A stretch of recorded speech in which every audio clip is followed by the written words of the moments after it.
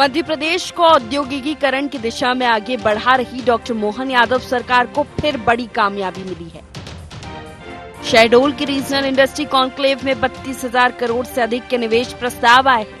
यहाँ विभिन्न सेक्टर्स में उद्योगों की स्थापना में निवेशकों ने रुचि दिखाई। इसके साथ ही पर्यटन के क्षेत्र में भी बड़ी तादाद में निवेश प्रस्ताव आए। रेवांचल में निवेश का महाकुंभ, 5,000 से अधिक रजिस्ट्रेशन हुए। 3,000 से अधिक MSME प्रतिभागियों ने हिस्सा लिया। ऊर्जा, खनिज, कृषि, उद्यानिकी, खाद्य प्रसंस्करण, पर्यटक के क्षेत्र में निवेश करार।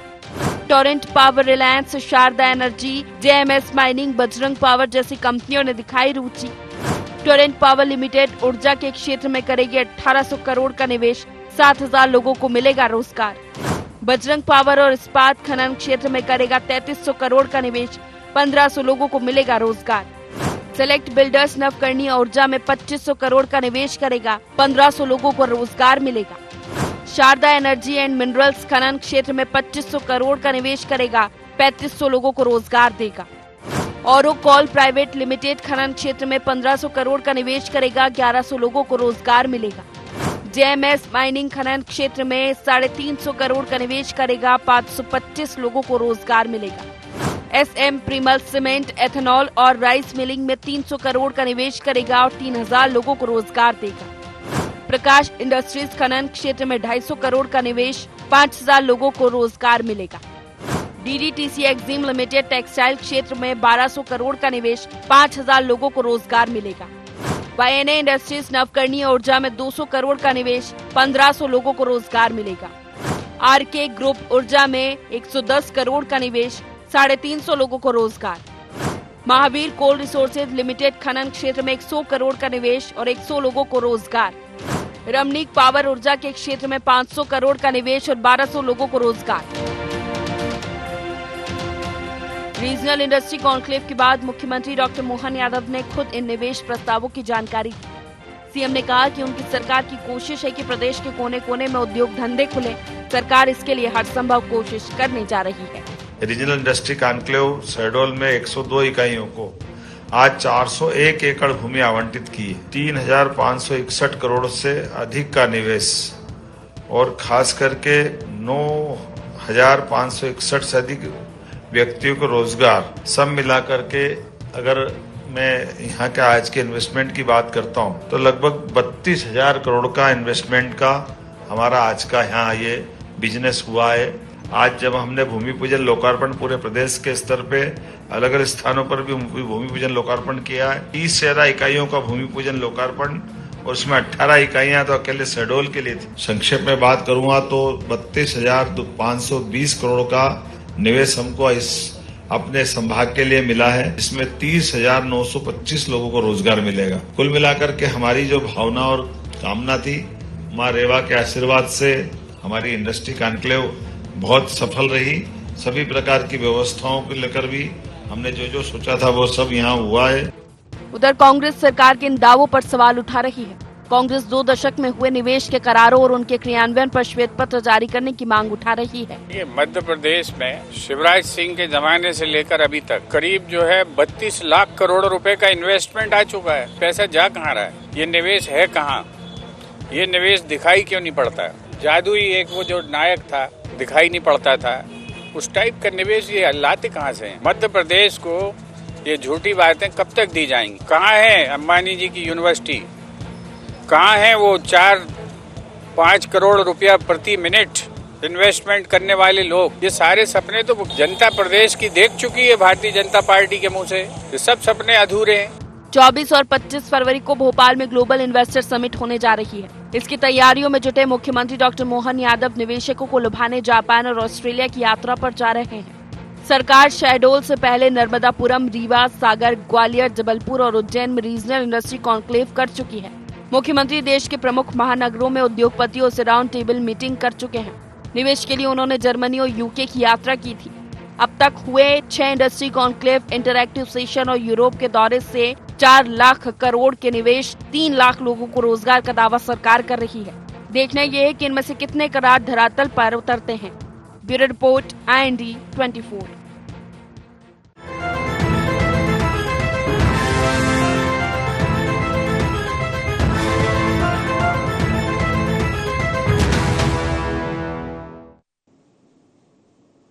नमस्कार, आई इंडिया एजेंडा में आपका स्वागत है। मैं हूं राघवेंद्र सिंह।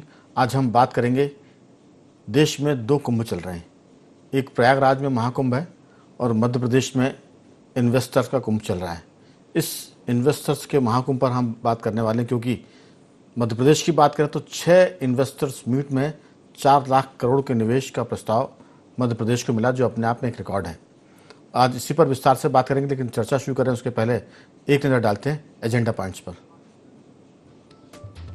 कितना सफल दिख रहा डॉक्टर मोहन सरकार का मिशन निवेश? क्या जमीन पर उतर पाएंगे औद्योगिक निवेश के सभी करार? पिछली सरकारों से कितनी अलग है डॉक्टर मोहन सरकार की निवेश नीति? डॉक्टर मोहन सरकार का मिशन निवेश कांग्रेस को क्यों दिख रहा हवा हवाई?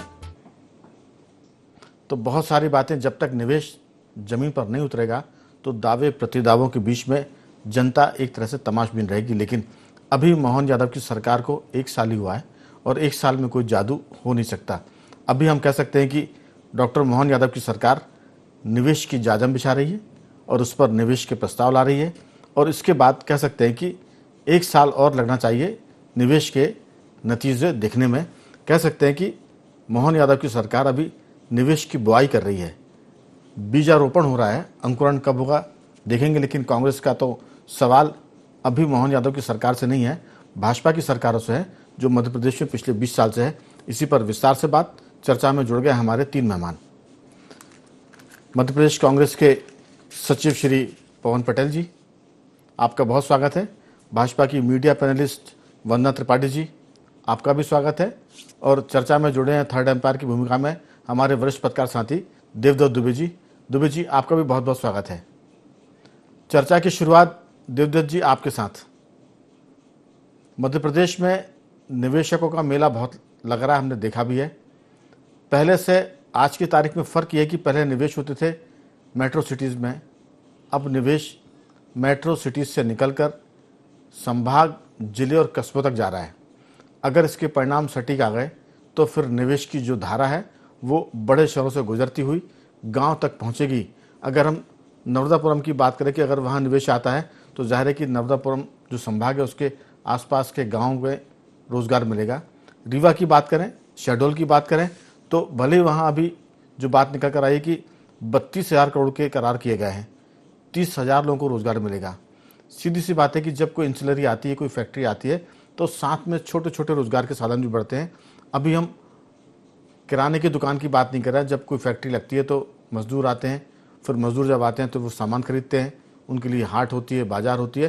तो आपकी राय इस पूरे मामले में, किस ढंग से देखते हैं मोहन यादव सरकार की निवेश नीति को? क्योंकि इसने निवेश को गांव तक पहुंचाने की कोशिश की है। आपकी राय पहले, फिर मैं आऊँगा कांग्रेस और भाजपा के मित्रों की तरफ। देखिए, समय की ये मांग थी कि गांव की ओर चले या कस्बों की ओर या छोटे शहरों की ओर चले, क्योंकि एक सैचुरेटेड अवस्था आ गई शहरों महानगरों में। वहाँ विकास की संभावनाएं वैसी नहीं थी, लेकिन जहां जरूरत है, अकल मटेरियल या मजदूर कहाँ से आते? गांव से ही आते। तो एक रीजनल कॉन्क्लेव का कॉन्सेप्ट मुख्यमंत्री लाए हैं, क्योंकि इसके पहले बहुत सारी कॉन्क्लेव और समिट होती रही प्रदेश में भी, देश के कई राज्यों में। इसीलिए ऐसा हर बार यही होता था कि वो धरातल पे उतरेंगे नहीं, निवेशक घोषणा कर जाते हैं फिर आते नहीं है, उनको फिर जमीन पे उतारना कठिन होता है। तो इस बार रीजनल कॉन्क्लेव का जो कॉन्सेप्ट लाया है, तो मुझे लगता है कि ये सफल हो जाना चाहिए, क्योंकि यदि ये सफल नहीं हुए तो फिर निराशा का वातावरण बनेगा। और जो गांव में है, विकास की संभावना है, हर प्रोजेक्ट या हर उद्यमी गांव की तरफ भाग रहा है। आप देखें, कहीं भी किसी बड़े शहर को ले लें, जो फ्यूचर को समझते हैं तो वो गांव में जमीन ले रहे हैं, उद्योगपति, कॉलोनाइजर सब, क्योंकि अब संभावनाएं तो गांव में ही है। और जो बड़े बड़े शहरों की बजाय जो रीजनल कॉन्सेप्ट मुझे लगता है इसीलिए लाए होंगे। और जिस तरह से सागर, नर्मदापुरम, रीवा, यहाँ निवेशकों ने जो इच्छा जाहिर की है, वास्तव में यदि वो जमीन पर उतर गई तो मुझे लगता है ये मील का पत्थर साबित होगा प्रदेश के विकास में। अन्यथा बहुत सारी कई वर्षों से हम देख रहे हैं इन्वेस्टर मीट, और फिर बाद में वो जो घोषणाएं हो जाती हैं वो धरातल पे दिखाई नहीं देती है। इसीलिए लोग कई बार इस पे शंका करते हैं, लेकिन इस बार बड़ी ठोस तैयारी के साथ अधिकारियों को सख्त निर्देश थे कि वो ही प्रोजेक्ट सामने लाएं निवेशकों के सामने, जो जिनको धरातल में उतारने में दिक्कत ना हो। बिल्कुल देवदत्त जी, एक बात पहली बार एक कंसेप्ट आया जी। एक बात इसमें जरूर है कि इस बार जो मुख्यमंत्री है उनकी टीम है, उनकी टीम में जिसने भी सलाह दी है वो बिल्कुल बधाई का पात्र है कि हमको मेट्रो सिटी से निकलकर संभाग, जिले और कस्बे तक जाना चाहिए। तो जैसे दिग्विजय सिंह जी के ज़माने में एक मिशन चलाता है कि आपकी सरकार आपके द्वार, ये अब है कि निवेश जो है, इंडस्ट्री है, वो अब गांव तक जा रही है। इसका मतलब कि मजदूर को शहर आने की ज़रूरत नहीं है और इस बहाने गांव के कस्बों के विकास होंगे, क्योंकि अगर कोई इंडस्ट्री जाएगी तो वहाँ फिर स्कूल भी खुलेंगे, प्राइवेट कॉलेज भी खुलेंगे, अस्पताल भी खुलेंगे। तो सीधी सी बात है कि जो एक तरह से विकास का केंद्रीकरण हो रहा था वो विकास का विकेंद्रीकरण भी होगा, बशर्ते कि ये लागू हो जाए, ये जमीन पर उतर आए। कसौटी इसी बात की है कि आपने योजना तो बहुत बना दी है, एमओयू बहुत साइन हो गए, अगर ये जमीन पर नहीं उतरे तो फिर ढाक के 3 पात होंगे। मैं पवन जी आपकी तरफ आ रहा हूँ। आपके पास जाहिर है कि कांग्रेस के पास बोलने के लिए बहुत कुछ है, क्योंकि पिछले 20 साल से मध्य प्रदेश में भाजपा की सरकार है, बहुत सारे कॉन्क्लेव हुए, इन्वेस्टर्स मीट हुई, लेकिन जो दावे होते हैं वो पूरी तरह से जमीन पर नहीं उतरे। इसलिए मध्य प्रदेश में अपेक्षा के अनुसार उतने ना तो उद्योग आए और ना लोगों को रोजगार मिला। चाहे हम भोपाल की बात करें, इसको एक तरह से एजुकेशन हब बनाने की बात हो रही थी, नहीं बन पाया अभी तक, जबकि ये सेंट्रली लोकेट है पूरे देश में। मुंबई, दिल्ली, कहीं से भी आप आइए तो भोपाल आपको बीच में पड़ता है। तो इसमें ज़रूर बीजेपी की सरकारें कामयाब नहीं हो पाई। आपकी राय, आप इस मामले को किस ढंग से देखते हैं? नहीं, देखिए, सबसे बड़ी बात है कि जो पेपरों में दिखाया जा रहा है, जो बड़े बड़े विज्ञापन किए जा रहे हैं, जिस टाइप का माहौल बनाने का प्रयास किया जा रहा है, वो तो बड़े काबिले तारीफ है। हम भी स्वागत करते हैं कि बेरोजगारों को रोजगार मिलना चाहिए, इतना निवेश आना चाहिए जी। लेकिन पूर्ववर्ती सरकार भारतीय जनता पार्टी के सरकार की कथनी और करनी के अंतर को, जैसे आदरणीय देवदत्त दुबे जी ने संभावना व्यक्त की कि पहले भी नहीं हो पाए, अभी भी यही संभावना है, तो कसौटी तो इसी बात की, जैसा आपने बोला कि वो खरे उतर जाएं, और खरे उतरने का एक ऐसा कोई उदाहरण नहीं है। आपने शिवराज सिंह चौहान जी के समय देखा, आपने जब अक्टूबर 2019 से सितंबर 2022 तक विदेश का जो कुल देश में निवेश आया था, उसका मध्य प्रदेश का सिर्फ 0.33% ही मध्य प्रदेश में आया था। धीरू भाई अंबानी नॉलेज सिटी, बड़ा एक नॉलेज हब बनाने वाले थे, आज तक उस जमीन का पता नहीं क्या हुआ। उस जमीन वापस इनको दी गई कई बार, फिर वापस एक ही दिन ले लिया, फिर दिया, फिर वापस दिया, कई तरह के हुए। 17 लाख करोड़ के प्रपोजल आए थे, 17 लाख करोड़ के, और जमीन पे उतरे मुश्किल से 1.5 लाख करोड़ के। तो ये भारतीय जनता पार्टी की कथनी करनी, ये विज्ञापन पे ज्यादा जोर देते हैं, बजाय उसको कि मैं कहता हूं अगर कोई इन्वेस्टर आ रहा है तो उसको आप सिंगल विंडो सिस्टम तो आप बना देते हो, लेकिन वो सिंगल विंडो सिस्टम एप्लीकेबल ही नहीं हो पाती है। आम आदमी जाके यहाँ चक्कर खा खा करके वापस चला जाता है, अब रोजगार करने का उसका जो सपना रहता है वही टूट जाता है। तो मैं तो सही मायने में इसका स्वागत तब करूंगा कि जिस तरह बता रहे हैं कि इतना निवेश आ जाएगा कि सब चीजें खत्म हो जाएगी, तो क्या सचमुच का इतना निवेश आ जाएगा कि जिस तरह हमें अभी पिछली मनमोहन सरकार जी ने 6 माह में 5-5 लाख रुपए, 5-5 हजार करोड़ का कर्जा लिया है, 11 माह में 47,000 करोड़ का कर्जा ले चुके हैं, 4 लाख करोड़ का कुल कर्जा हो गया, 60,000 रुपए हर व्यक्ति को। क्या वो कर्जा इस निवेश से कम हो जाएगा? क्या भारतीय जनता पार्टी ने जो झूठ बोला था लाडली बहना को हर महीने 3,000 रुपए इस कर्जे के बाद मिलने लगेंगे?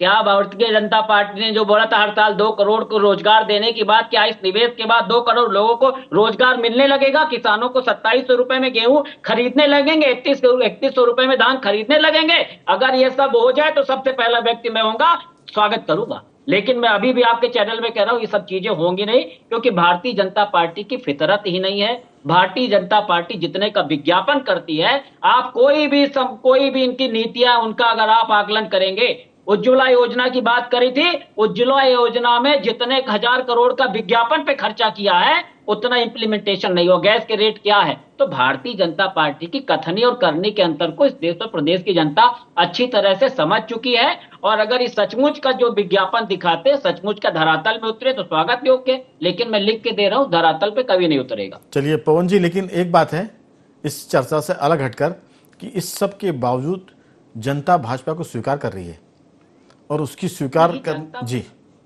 जी, मैं बोल रहा हूं कि जनता भाजपा को नहीं स्वीकार रही है, ये इनका मैकेनिज्म और मैनेजमेंट स्वीकार हो रहा है, जो जबरदस्ती स्वीकार किया। मैं एक चीज सिंपल सी बात पूछना चलिए, चाहता हूं, भाजपा ने जो 5 या 6 मुद्दे जिनको सबसे ज्यादा प्रचार प्रसार किया कि ये देंगे, ये रोजगार देंगे, बेरोजगारी में महंगाई की मार, उनको पूरा नहीं किया, फिर क्यों जीत रहे हैं? महाराष्ट्र में 6 महीने पहले तक हालत पतली थी और 6 महीने बाद ऐसा कौन सा फूका ला दिया भैया कि सुनामी आ गई। आज तक का अप्रत्याशित रिजल्ट, ये जो वोटर लिस्ट की कहानियां सामने आ रही हैं, जो बाकी मैनेजमेंट की कहानियां आ रही हैं, ईडीसीआईडी की जो आप देख रहे हैं, ईडीसीआईडी जी।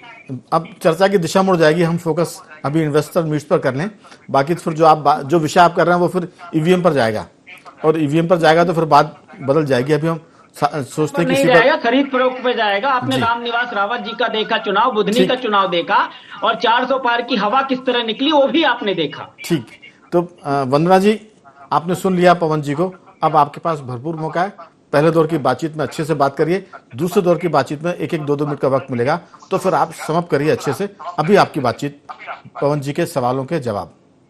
सबसे पहले तो नमस्कार राधे, जी, नमस्कार पवन और देखिए, सबसे पहले तो आज मैं पवन जी की बॉलिंग पे मैं बहुत अच्छे से बैटिंग इसलिए कर सकती हूँ क्योंकि पवन जी भी विंध्य से आते हैं और मैं भी विंध्य से आती हूँ, और हम दोनों विंध्य से हैं, और हम दोनों ने विंध्य की यथास्थिति को देखा, जिया और उसी में पले बढ़े हैं, तो उसकी यथास्थिति को अच्छे से समझते हैं। आज पवन जी, आपकी जानकारी के लिए बता दूं कि मेरा जो जन्मभूमि है वो शहडोल ही है। शहडोल में मेरा जन्म हुआ है, और शहडोल का वो दौर भी मुझे याद है जब मैं कांग्रेस पार्टी की सरकार हुआ करती थी, और जब मैं शहडोल में एक छात्र हुआ करती, तब 8-8, 10-10 घंटे बोर्ड एग्जाम्स के टाइम पे लाइट गुल रहा करती थी। हम रात को ट्रैवल नहीं करते थे क्योंकि नक्सलवाद था, गुंडागर्दी थी, सड़कें थी। शहडोल से रीवा जाने में 8-8, 10-10 घंटे का समय लगता था। हमें ये नहीं समझ में आता था कि हम गड्ढों पर चल रहे हैं, इस गड्ढों पर सड़क पर चल रहे हैं या सड़क पर गड्ढे। वो जमाना था जब दिग्विजय सिंह जी, जहां तक मुझे याद है, मुख्यमंत्री हुआ करते थे। मैं बहुत छोटी थी। एक वो जमाना भी हमने जिया है। आज हमने एक शिवराज जी का भी जमाना जिया है, जब शिवराज जी ने सुरक्षित मध्य प्रदेश की स्थापना करी, रोडों का जाल बिछा दिया। शहडोल से रीवा जाने में कितने घंटे लगते, पवन जी आप ही बता दीजिएगा। दूसरी चीज ये कि कितने घंटे लाइट गोल रहती है रीवा, शहडोल, सतना, सीधी, सिंगरौली, जरा बताइए। और पहले के जमाने में कितने घंटे लाइट रहती थी। अब रही बात शहडोल की, बात करते हैं, क्योंकि शहडोल का रीजनल इंडस्ट्री मील का पत्थर साबित हुआ है। शहडोल जितने भी रीजनल इंडस्ट्री कॉन्फ्लिक्ट हुए हैं, अगर शहडोल की बात करूं, इसलिए नहीं बोल रही हूँ कि मैं वहां से आती हूँ। देखिए, शहडोल एक संसाधन संपन्न संभाग है। शहडोल में वन है, शहडोल में कोल है, शहडोल में मीथेन गैस है, नेचुरल गैस है, पर्यटन है, ऊर्जा है, हर चीज की, खनिज से लेकर हर चीज की संभावनाएं हैं। और आज अगर माननीय मुख्यमंत्री जी ने उसे समझा और युवाओं के विकास की बात उन्होंने शहडोल में करी है, आज अगर उन्होंने इस बात को समझा और उस चीज को समझकर वहां रीजनल इंडस्ट्री कॉन्क्लेव का आयोजन किया है, तो ये अपने आप में बहुत बड़ी बात है। आज रिलायंस का एक बहुत बड़ा प्लांट शहडोल में लगा हुआ है, मीथेन गैस और नेचुरल गैस ट्रांसफर करी जा रही है। ये है शहडोल का डेवलपमेंट। शहडोल में एक जमाने में न इंजीनियरिंग कॉलेज हुआ करता था, न मेडिकल कॉलेज हुआ करता था। माननीय शिवराज सिंह चौहान जी जब मुख्यमंत्री थे तब इनका आवंटन हुआ, और आज माननीय मुख्यमंत्री Shri doctor Mohan Yadav ji regional industry conclave जैसा बड़ा आयोजन शहडोल में करा रहे हैं। ये दर्शाता है कि कितने visionary leaders Bharatiya Janata party में है। और दिग्विजय सिंह जी का वो जो काल था, अंधकार से भरा हुआ काल, जब गुंडागर्दी अपने चरम पर थी, शहडोल में आपको वोट चाहिए तो आप जाकर गुंडागर्दी से, कांग्रेस पार्टी उस जमाने में गुंडागर्दी से ये लोग पूरे के पूरे बूथ लूट लिया करते थे। शहडोल में पहले कांग्रेस पार्टी हुआ करती थी, आज समस्त विधानसभाओं में क्यों शहडोल में भारतीय जनता पार्टी की सरकार है? जरा इस बात का जवाब दीजिए पवन जी। आज रीवा में क्यों फ्लाईओवर का जाल बिछा हुआ है, एयरपोर्ट बना हुआ है, रेलवे स्टेशन बना हुआ है? आपके जमाने में तो रेलवे स्टेशन भी नहीं, आज राजधानी पर ट्रेन चल रही है। कितनी बातें मैं पवन जी आऊंगा, मैं आपके पास आऊंगा। आप पहुंच गए महाराष्ट्र, अपने क्षेत्र की बात करिए भाई, अपने क्षेत्र की बात करिए। वंदना जी मेरा आग्रह है कि सीधे आप सवाल, वंदना जी आप सीधे सवाल करेंगे। बातें बोल रही है, बाकी सब बातें पवन जी एक मिनट, पवन जी वंदना जी, आपसे आग्रह सीधे सवाल ना करें, आप अपनी बात करें, बाकी जब पवन जी का मौका आएगा तो वो जरूर बोलेंगे। मैं जल्दी से आ रहा हूँ दिव्यदत्त जी आपकी तरफ, फिर अंतिम प्रतिक्रिया के लिए आएंगे पवन जी की तरफ। आपकी छोटी सी राय, क्योंकि समय अब खत्म, समाप्ति की ओर है। जी बिल्कुल, हम सब उम्मीदों पर दुनिया कायम है, उस पर विश्वास रखने वाले हैं। नए कंसेप्ट के साथ नए प्रयास हो रहे हैं, तो हम सब उम्मीद कर सकते हैं कि ये सफल हो। जी चलिए पवन जी, आपके लिए मौका है, लेकिन 2 मिनट से ज्यादा का वक्त नहीं है। आप बताइए, जो वंदना जी ने आपसे कहा कि एक समय था जब सड़क, बिजली, पानी का संकट था, अब कॉलेज है, अस्पताल है, स्कूल है, सड़कें हैं, आपकी राय? नहीं, मैं तो वंदना जी, एक समय ऐसा था कि जब देश गुलाम था, ये भी तो एक समय था ना। कांग्रेस के पूर्वजों ने अपने प्राणों की आहुति दे करके इस देश को आजाद कराया। एक वो भी समय था जब अंग्रेज इस जमाने देश को लूट करके गए थे, फिर भी कांग्रेस की सोच देखिए कि उन्होंने एक एक करके संसाधन पैदा किए, पढ़ने का अधिकार दिया, स्वास्थ्य का अधिकार दिया, शिक्षा का अधिकार दिया, और इन्होंने उस अधिकार को सबको महंगे करते जा रहे हैं। आज एजुकेशन की क्या बात कर रहे हैं, सड़क में कितने घोटाले हो रहे हैं। आप इन्वेस्टर मीट की बात करते हैं, मैं कहता हूं शिवराज सिंह चौहान जी के समय 17,000 करोड़ का इन्वेस्टमेंट आया था, फिर क्यों इंप्लीमेंटेशन नहीं हुआ? इन्हीं की सरकार थी ना, उसका जवाब नहीं देंगी। आप अंधेरे उजाले की बात मत करिए, आपने तो युवाओं का पूरा भविष्य अंधकार में ढकेल दिया।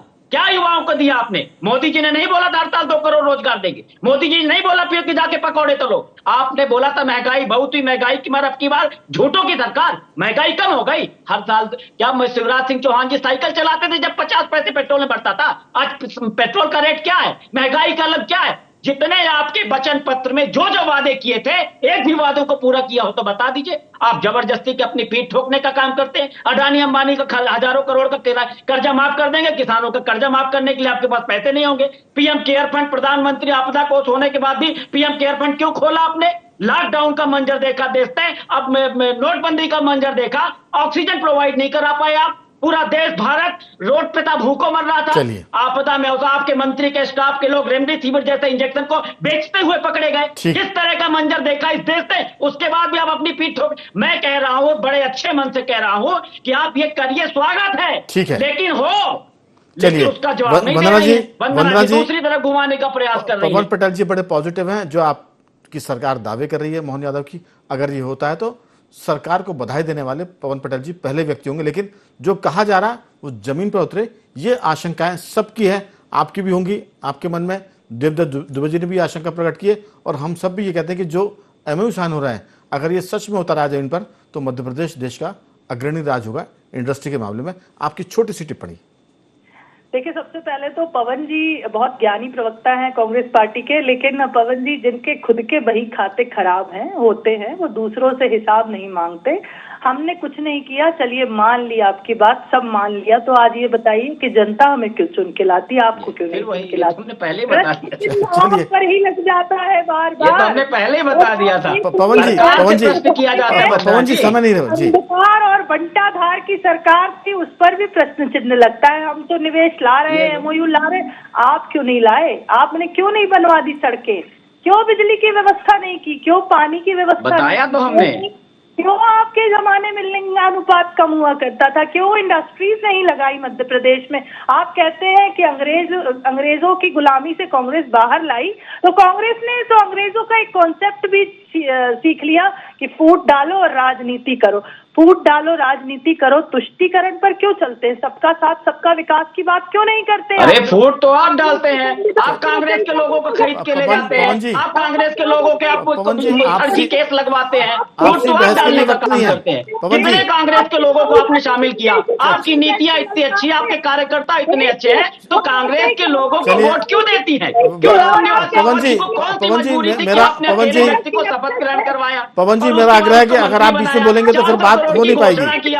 पवन जी, मुझे चर्चा यही रोकना पड़ेगी, 400 करोड़ की चर्चा मुझे यही रोकनी पड़ेगी। चलिए, तीनों मेहमानों का मैं धन्यवाद करूंगा। अगर आप अखाड़ेबाजी करेंगे तो बात आ नहीं पाएगी। पवन जी प्लीज, आप समझदार हैं और सीनियर हो गए, आखिरी दौर के कुछ सेकंड बचे हैं, उसमें बहस करेंगे तो ना तो आपकी बात को सुन पाएगा, ना वंदना जी की बात आ पाएगी। आप कहेंगे तो मैं 10-20 सेकंड और आखिरी में आपको दे दूंगा, लेकिन बहस मत करिए आपस में। वंदना जी बात पूरी करें। देखिए, राहुल गांधी जी जल्दी से, समय खत्म हो गया है जी।